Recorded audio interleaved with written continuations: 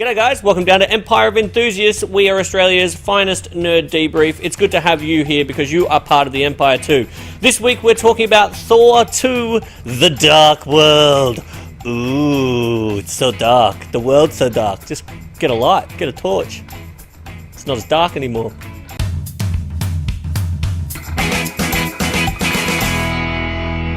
Alright, let's get cracking on with our Thor 2 The Dark World review. But before we do, let us introduce our guests. We have Leah Collins. Thank you very much for coming down. Thank you. And of course we have Leung returning to Empire. And of course we have Mr. Nick Caddaye. Alright. You know, we all saw Thor The Dark World. We will start with Leah. What did you think of the second installment for the Thor franchise? I actually really enjoyed it. Yeah? And I thought for a sequel, it really lived up to the first film. Usually sequels are just so much worse. Example of that in the Marvel universe was Iron Man 2 was pretty lame. But I really enjoyed Thor 2. Yeah, I was a bit worried about it after seeing Avengers. I thought, that's it, I don't need to see any more Marvel films. This is the compilation. This is it. Yeah. Oh, great. Thor 2. I think they deliberately got rid of the 2 from the title, so it's just Thor A Dark World or The Dark World. I kind of thought, as a sequel, I mean, sequels have to live up to the past films. It has to give you what you're familiar with, what you love, but also something more. And I thought it didn't really give me much more, but it gave me more of what I loved. Yeah. So every character that you liked, who only even had a little bit in the first film, they gave more. Like Kat Dennings' character, she's a big sitcom star now. Let's give her more close-ups and more wisecracks. Stellan Skarsgård, he's, crazy Dr. Professor Eric. In here, you see more of him, mainly without pants. That's fine. But, he's just rivaling his son in True Blood. So everything you loved about the first film, they put a bit more of that in this one. I didn't really care about the villain. The villain was very similar to the Man of Steel villain. It's like, I'm just going to save my race by killing you all. We're part of a dying breed. I didn't really care about them because in the end, the Thor's just a family drama. Just so happens to have all this, godlike battles around it. Yeah. But really, it's about, a kid who's a jock. Who has to learn how to have humility because he's the popular kid at high school. He's like the quarterback. That's Thor. And with a little emo little brother, who's the most interesting thing in the film. I think this film should be called Loki. Here's the thing. Two points. Number one, I do completely agree that when Loki appears, the film gets more fun. Because he's more fun. But in saying that, I don't think we should ever have a Loki film because we've essentially had one. The Avengers is a Loki film, really. Yeah, and especially, it's not like he doesn't get screen time no, in exactly. Thor 2. Like, so this is Loki 3. Look, of the Marvel Universe, he's been in it more than almost anyone but Samuel L. Jackson, essentially. Yeah. Because he's so much fun, but because he's a good spice as opposed to a base. Yeah. And also just the fangirls have gone crazy. Yeah. Tom Hiddleston, I think, is the biggest thing to come out of... Yeah, he's the big break. Like, Tom Hiddleston is the biggest thing to come out of the Marvel Universe. He's certainly the one that has gone from zero to hugely famous and popular. Yeah, I can understand that. He's such an awesome character. And as an actor, I just thought he was like, okay, you've got a goth-looking, skinny, thespian British guy. I was in Paul H at Comic-Con when Tom Hiddleston came out as Loki. And the reaction was like, I'm pretty sure there was like, I saw 5 dudes rapture. Yeah. Like, they ascended to heaven, they were that excited. So everyone was like, Stellan Skarsgård, pants off. That's what the other reaction was. But my second point is... God of Thunder. My second point is... That was Stellan Skarsgård's balls dropping to the ground. Right. My second point is that, it's true, I don't give a fuck about the elves in this movie. I'm interested in Loki and Thor and Jane and Odin. I'm actually interested in the characters. If there wasn't a big fight at the end, which, to be honest with you, I'm a bit... the fight at the end. Can we talk about the fight at the end? I enjoyed... Someone watched Portal. I enjoyed the mechanics of the fight. I liked they established parameters by which the sequence is going to work, and then they explored all those parameters.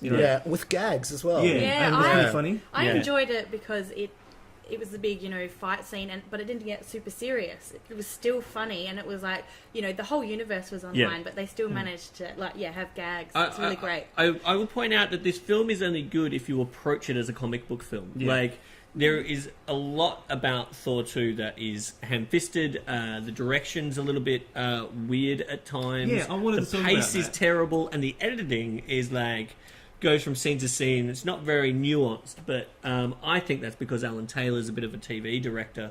Is he a Brit? What's that? Is he a British dude? Because I noticed there's no, a I think he's lot of from- Anglophilia in this Yeah, film. A lot yeah. of London. No, Yeah. he's from Asgard. Okay. Yeah, that's why they got him. Yeah. No, actually, I did want to mention that. I think one of the reasons why I enjoyed the human interactions more is because Alan Taylor's a better director of actors than he is of sequences, necessarily, and that being vaguely familiar with his work from having watched Sopranos, Mad Men, Game of Thrones, etc., and watched the episodes that he's directed. Yeah. He's not a flashy director in that sense, and those episodes fit perfectly into the shows that they're in. Yeah, but they're not about the director; they're about the screenplay. Yeah, exactly. And having read an interview with him the other day, where he said that they were rewriting it up until like the last 2 weeks of post-production, almost they were still fiddling with things. Right. It's just... It's always great when they're writing a film after the editing. Yeah. Technology is such that you can do that. It's no surprise that there are sequences in it that I think don't work very well. Yeah. I really felt that there were a couple of moments where you can see that they're aiming for high drama, and the direction just misses it completely. Yeah. What give me an example. When Odin's wife, it's Freya. Yeah. Renee Russo. The character's name Frida. Thanks, Tank. When she dies, spoilers. Come on. When she dies, like, I just felt as if they just missed. Like it was. Yeah. Like they're going along and they aimed for here and they just missed it. Yeah. You know, like it didn't actually have that much. I mean, you could see it coming, blah blah blah. And I just felt that. This is another thing I wanted to bring up. There was some weird editing. There's some really strange editing in there. As guys who edited it, and persons who've done a lot of editing, there were at least 2 moments where I felt like the build up to her death, there were 2 story beats missing. Yeah. Like, there's this weird, like, the elves attack. At no point does anyone in Asgard say, "Oh shit, they're elves." That means they're after the thing, the ether, which doesn't and that's with Jane and Frida. So they don't raise that stake. They don't have that realization moment. They just sort of deal with everyone as they come, which is, I suppose, reasonably practical. But from a storytelling point of view, it's kind of weird. And it's like that. Like, there's a shot of Thor in the dungeon when something happens upstairs, and he, like, everyone's like, "Oh, what's happening upstairs?" It's at that moment someone should come down and say, "There are elves upstairs," and he should be like, "Well, shit, that means this," and so he has to race off to save the And girl. so then there's that thing whereby you are establishing the parameters by which he has to get there in time, because at the end of that fight, he just turns up. He turns up and zaps the elf, and that's fine because that's kind of what would happen. But it just feels as if there's 2 story beats missing there. If you're noticing that as an audience member, the editing has not got its job. Not done its job it's right. Failed. The editor should be the silent, invisible. Yeah. Obviously, artist I'm of the film. a nerd and also a film nerd, but still. Yeah. I think the greatest inconsistent editing was the post-credits sequence, which was in the middle of the credits. They're not saving that post-credit sequence that we wait for. Well, there was one at the end of the credits as well. Oh, God. I know. Yeah. I know. Oh, I missed that no! one as well. Yeah. Like, What? if you're watching Thor and you think that thing... So there's a bit of credits and then there's a scene... There's another scene. No. After. It's like the Avengers No. did. The Avengers did that as well. I'm the same, man. You I'm the friggin' same. I was like... Marvel movies always wait to the very, very end. I know, but there was, there was also There was a credits, mid one. And I'm like...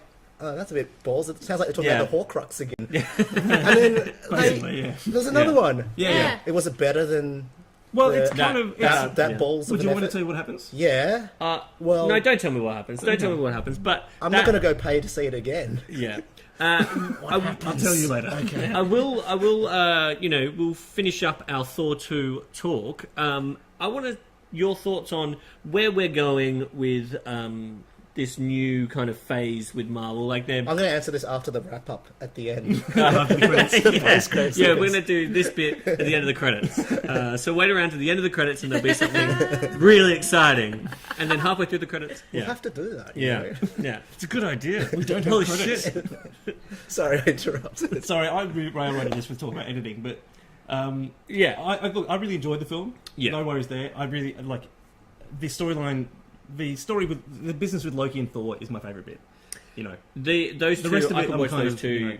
you know, fight. You know, and like... there are little moments, there are little touches that I really appreciate in the film. Like, the first thing you see Thor do is when he fights that other rock guy at the start. Yeah. When he walks up to him and he smiles at him and offers asks if he wants to surrender.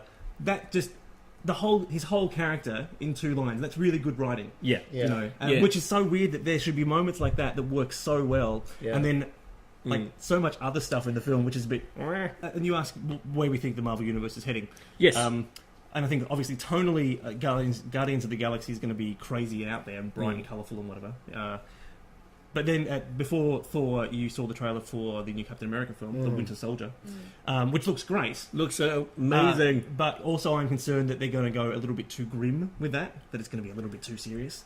And I don't necessarily want that from Marvel's superheroes. I think Marvel superheroes are But if that's going to differentiate it from, say, Thor or Iron Man. I agree. I think that they should make each character have more of their own tone. It can't just be all, funny and sort of Thor, Avengers style, because then it just becomes bland. Well, I think Thor is on the edge of being a little bit boring just because it is so like the Avengers and, it's very comic booky. You have to and it's got the ensemble cast.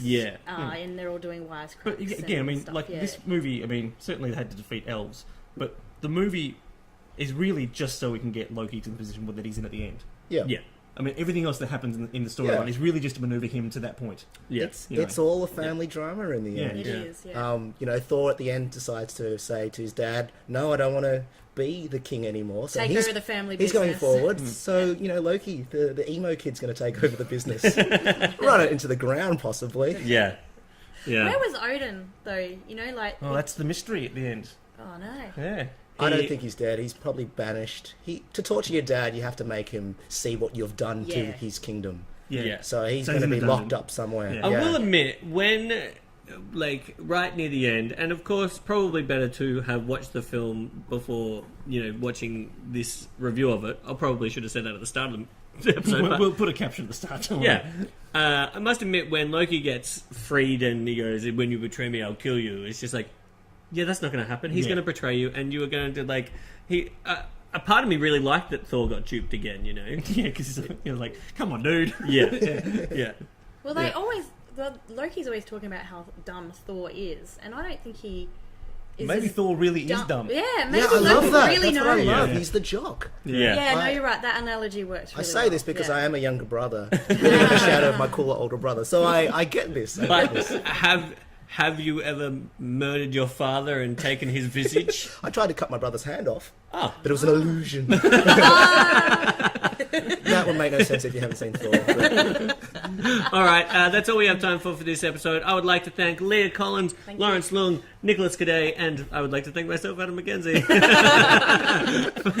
for coming down. We'll be right back after this.